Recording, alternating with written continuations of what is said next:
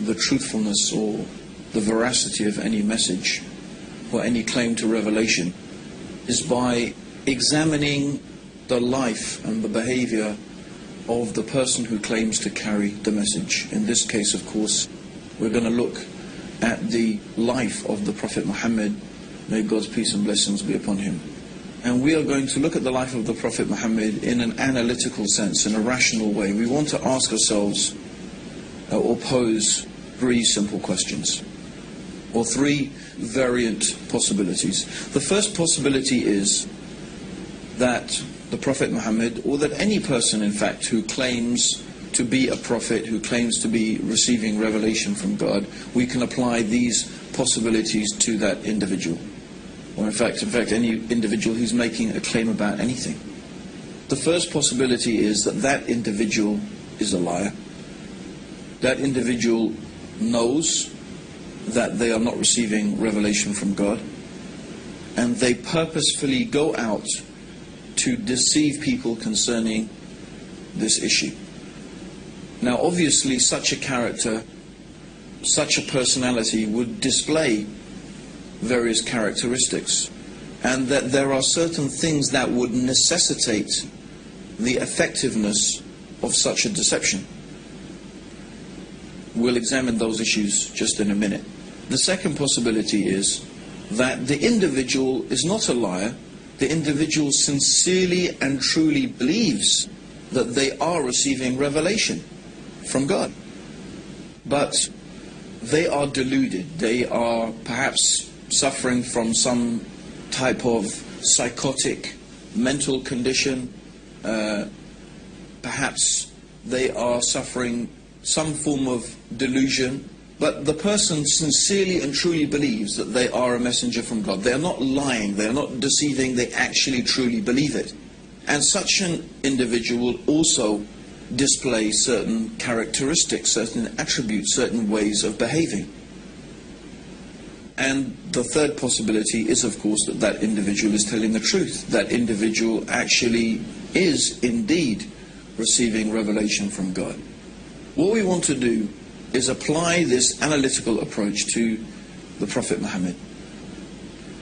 And we don't have time to examine in depth and in detail the whole life and the character of the Prophet Muhammad. So what we want to do today, very briefly, is begin by discussing what the opponents of Islam have said in their arguments about the Prophet Muhammad. Now, being opponents of Islam, of course, they are not prepared to accept the third alternative, that Muhammad, may God's peace and blessings be upon him, was a prophet. So they have to find some other explanation. They have to come to some other conclusion as to why Islam is the way it is. How did the information in the Quran come to be the way it is? How do we explain the behavior and the life and the teachings of Prophet Muhammad and the whole of Islam? Since they can't accept that he is a prophet of God, they must find an alternative explanation. Now, one of the oldest polemicists against Islam was a man called John of Damascus. John of Damascus was a monk who wrote some of the first actual written attacks against the Prophet Muhammad. Of course, in the life of Prophet Muhammad, he suffered many attacks and many insults and many abuses by the Quraysh. But this was the first constructed attack against the Prophet Muhammad, and even these writings exist today. And John of Damascus posited the argument that Muhammad had invented Islam. He was a liar. The whole thing was contrived, the whole thing was invented. And in order to explain the information in the Quran, John of Damascus said that the Prophet Muhammad learnt it from a Nestorian priest. A Nestorian priest, the Nestorians are a sect of Christianity. And he claimed that all of this information was learnt from a Nestorian priest, and others have proposed the same type of idea, that he had someone from whom he was gathering all of this information, maybe some priest, maybe some rabbis, but anyway, this information must have come from some human source, someone who was well versed, someone who was knowledgeable in religious affairs, in legal affairs, and so on and so forth, who is feeding Muhammad this information. And that Muhammad invented this whole religion for his own personal gain. So this is one proposition. Now, some modern writers have taken that same approach, but they have tried to give the cloud, as we could say, a silver lining. They said, yes, Muhammad invented Islam, but his intentions were good. He invented it because he found his people in such a bad condition that he wanted to improve their condition, and he decided that monotheism and removing them from idolatry was the best path to their reformation. But it still leaves the question, from where did Muhammad get this information from that we find contained in the Quran and in the teachings of the Prophet Muhammad? It still leaves us with the position that he must have lied, he must have invented it, he must have got that information from somewhere. So this is one particular group of writers have gone down this line. And they obviously will not accept that the Prophet Muhammad is a messenger from God. The other group has taken a different approach. They examined the life of Prophet Muhammad, and they said that, well, everything we can see about this man, from his character, from his personality, from the way that he behaved, from his personal characteristics that he displayed to his wives, to his companions, and so on and so forth, shows that this man genuinely believed that he was a messenger of God, because he did not behave in the manner and with the characteristics of a liar. In fact, as we have previously mentioned, he was known amongst his people for his truthfulness, his trustworthiness, and his honesty. One of the nicknames that the pagan Arabs had given to Prophet Muhammad before he claimed prophethood was Al-Amin. And Al-Amin means in Arabic the truthful and the trustworthy. He was well known amongst them for his honesty, his truthfulness in his dealings, and his sincerity. And these characteristics the Prophet Muhammad continued to display throughout all of his life. And so they said, well, the Prophet Muhammad manifested this apparent and obvious sincerity and truthfulness. We don't find duplicity in his character. We don't find deceitfulness in his character. So they said, no, we cannot accept that the Prophet Muhammad was a liar. Therefore, we believe that he was deluded. He was suffering from some psychotic condition, some form of epilepsy, some neurosis that made him believe that he was a prophet. But he was a very sincere individual, although concerning the issue of being a prophet of God, of course, we don't accept that. This is what they claim. Therefore, they explain the life of Prophet Muhammad, and they explain him by saying that he was suffering some type of delusion. Now, what is interesting is when we bring both of these two ways of describing or explanation for the life of Prophet Muhammad together, when we bring them together, we are left with a problem. And the problem is this, is these two different ways of examining the life of Prophet Muhammad actually contradict each other. The first one says that we need to explain the information in the Quran. We need to explain its deep knowledge of theology, of philosophy, of law, of religion, of history, of science, and all of these things are manifest and clear in the Quran. Where did this knowledge and information come from? These people say, well, the Prophet Muhammad must have learnt it from someone. But the other is that the Prophet Muhammad was honest and truthful and trustworthy. So on one hand, we need, or the people who are trying to attack the Prophet Muhammad and say that he's not a prophet, they need on one hand to say he was a liar, and they need to say that to explain the information in the Quran. On the other hand, they need to say that he was deluded, because that's the only way that they can explain his truthfulness and his sincerity. But of course, somebody can't be a liar and be deluded both at the same time. You can't be a liar and be deluded both at the same time. You can only have one or the other. but they need both in order to completely and properly explain the life of Prophet Muhammad. Let's further explain that. If you are deluded and you think that you are a messenger of God, when someone asks you a question, or when you are confronted with a problem, you don't think, oh, let me run off and ask my source of information, my rabbi or my priest who's teaching me things, because you don't need to, because you think God is going to reveal that to you.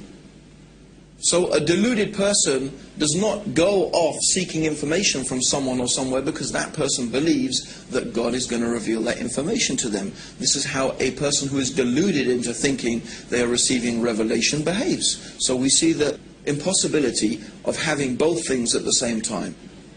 Of course, a simple way to reconcile these conflicting opinions is that the information in the Quran concerning theology and philosophy and history and science and so on and so forth is there because this knowledge has come from God. And the sincerity and the truthfulness of the Prophet Muhammad is there because he was exactly what he claimed to be, a messenger of God. And in fact, this is the sincere and honest way to reconcile these two things, to come to the rational conclusion that the Prophet Muhammad must be what he claimed to be, a messenger of God. Now, I just want to use 3 incidents from the life of the Prophet Muhammad. There are so many that we could use and so many things that we could illustrate our examples with from the life of Prophet Muhammad. In fact, I do encourage everybody to get hold of a good, authentic life history of the Prophet Muhammad, written by a Muslim, and read it for yourself. And I am sure that if you are sincere and you are honest to yourself, that you will be convinced that this man is a messenger of God. But I want to take only a few examples. The first example I want to take is in the early days of Islam, when the Prophet Muhammad had begun preaching his message, and the pagan Arabs, the leaders of pagan Arabian society, began to realize that the message of Islam was not going to go away. In fact, more and more people were becoming Muslim. And many of them were slaves and women, the most downtrodden and exploited people in society. And they began to see that Islam had the potential to upset their whole social structure and their status quo and their control over society. So they came with a proposition to the Prophet Muhammad. This is the leaders of the pagan Arabs. They said, look, if you want to be our king, if what you desire by calling people to this religion is to be our king, we will make you our king. If what you desire is money, then we will make you the richest man amongst us. If you desire women, name whatever women that you wish, and we will take the most beautiful women of Quraysh and marry them to you. And if you are suffering from some illness or from some disease that you say this spirit comes and talks to you, we will spend any amount of money and do whatever we can until you are cured from this illness. So if we really think about this offer that was made by the pagan Arabs to Prophet Muhammad, every possible worldly motivation is there. Do you want to be the king? In other words, if the Prophet Muhammad is seeking to be a ruler and to be king, they'll say, we'll make you our king. You want to be rich? If that's your motivation, we'll give you money. You want women? We'll give you whatever women you like. You have some problem, you have some disease, we will spend whatever it takes until it is cured. What is there? What worldly offer is not contained in this offer? It's all there. If the Prophet Muhammad was motivated by any worldly needs or by any worldly desire, he could have accepted their offer and it would have been satisfied. So what was his reply? His reply to his uncle is famous. In one of the books of Seerah it is mentioned that, "Oh my uncle, if you give me the sun in one hand and the moon in the other, I will never leave off calling to this message." Or in another time he said to his uncle, that I cannot abandon calling to this religion and to this message any more than you could take a torch and light it from the sun. So clearly, the Prophet Muhammad was not motivated by worldly desires. And we have to again pose the question, is this the manner of a liar? Is this the manner of a deluded person? Then another amazing incident that we want to narrate is when the Prophet Muhammad first publicly called people to Islam. A truly remarkable thing happened. He stood on the top of a mount, of a particular hill in Mecca called Mount Safa. And traditionally, this was a place where if Mecca was being attacked, someone would go and stand on the top of this hill and shout a warning to the people that the city was being attacked. So the Prophet Muhammad went to the top of this mountain and started shouting and calling the people. So the people came, and all of the tribes, everybody came, and if the leader of the tribe did not come, they sent a representative. And so when the people were gathered in front of him, the Prophet Muhammad started calling the various tribes of Mecca by name. Oh, tribe of such and such, oh, tribe of this and that, calling the different tribes. And then he said, I have come to warn you of a terrible punishment from your Lord. I have come to warn you of a terrible punishment from your Lord. When one of the uncles of Prophet Muhammad heard this, his name was Abu Lahab, he started insulting the Prophet. He started cursing the Prophet Muhammad. May your face be rubbed in the dust. Is this what you wasted our time for, Muhammad? For this? You wasted our time for this? We could have been earning money in the marketplace and you wasted our time for this? And this is when some verses of the Quran were revealed. These verses of the Quran are very well there. It's one of the short chapters at the end of the Quran. Tabat yada abi lahabin wa tab. But very briefly, that's not the whole chapter, but what the meaning of this chapter is that this small verse of the Quran is saying that you, Abu Lahab, and your wife, you are going to be in the hellfire because of your persistent disbelief. Now, Abu Lahab was a character that whatever the Prophet Muhammad said, this man would contradict it. In fact, when the Prophet Muhammad used to go and try and teach the people and talk to them about Islam, Abu Lahab would follow behind him, and then he would warn the people and say, this man is a liar, this man is trying to misguide you, don't listen to him, will you abandon the religion of your ancestors, and so on and so forth. So every time the Prophet was trying to call the people to the beauty of the worship of the one God, to this true religion, this man would contradict him. When all this man, Abu Lahab, ever needed to do to almost demolish Islam was to testify that there is only one God, Allah, and that Muhammad was the messenger. And then he could say, well, I'm a Muslim now, but what are you going to do with this verse of Quran that says that I'm going to be in the hellfire and that I will die a disbeliever? But for 10 years, these verses of the Quran and this Abu Lahab existed side by side. But he could never take this testimony of faith. Would a liar behave like that? Would someone who is inventing something begin with such a dangerous challenge? People who are lying and people who are deceivers, they're usually very careful and manipulative in the way in which they deal with things. But these verses of the Quran show the complete honesty and the complete sincerity and the forthrightness of this message of Islam.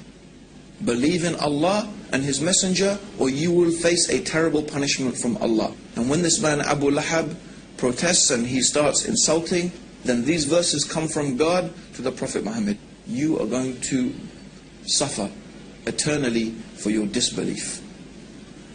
This is not a very, if you were a conniving person, lying and deceiving, I don't think this is the way that you would think of starting your message, because then the man would say, but actually I was really thinking about becoming Muslim and I wanted to embrace Islam. And you would look really a fool. So we see that, and this is what we mean, is that when you're looking at the life and the teachings of the Prophet Muhammad, you do not find the characteristics of a deceiver and of a liar. Yet when we go and we examine the Quran, we find all this knowledge, all this information, that even some of these things scientists have only begun to discover today. It's truly remarkable. Now there's one final incident I want to mention that is really, again, a very strong and very clear illustration that the Prophet Muhammad must have been a messenger from God. And this is some later time in Medina. The Prophet Muhammad had a son. The son, his name was Ibrahim, and the Prophet Muhammad, of course, may God's peace and blessings be upon him, he longed for a son, and he had this beautiful son. His name was Ibrahim. But when Ibrahim was 6 months old, just 6 months old, this baby died actually in the arms of the Prophet Muhammad. Now, on the very same day which the son, the child of the Prophet Muhammad had died, there was an eclipse of the sun. So imagine that. The Prophet Muhammad's son dies, and the very same day there is an eclipse of the sun. And I'm sure there's many people, even right now, who would say, that's it for me. If there was an eclipse of the sun on the same day that his son died, he must be a prophet of God. You would think of it that it's a type of proof.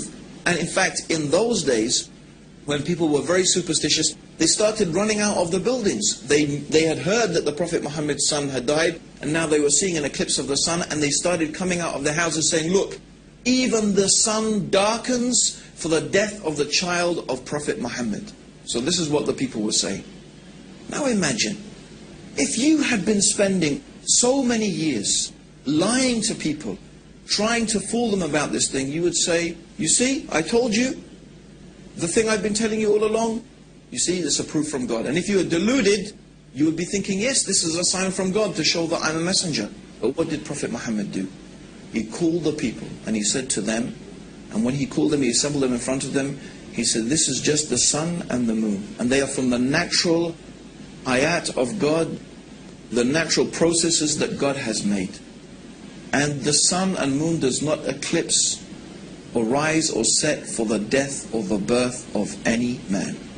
So when you see this, pray to your Lord. Is this the words of a deluded person? Are these the words of a liar? No. These are the words of a man who was exactly and truly what he claimed to be, the last and final messenger of God, who has brought the guidance for the peace and the benefits of all humanity until the day of judgment. And this is what we invite you to, based upon your reason and your understanding, that you can think and examine and look, read the Quran, study the life of the Prophet Muhammad, be sincere and be honest, and we feel sure that you will be convinced that there is indeed nothing worthy of worship except the one God, the Creator, Allah, and that Muhammad, may Allah's peace and blessings be upon him, is the last and final messenger from Allah. May God's peace and blessings be upon you all, and may God guide all of us closer to the truth.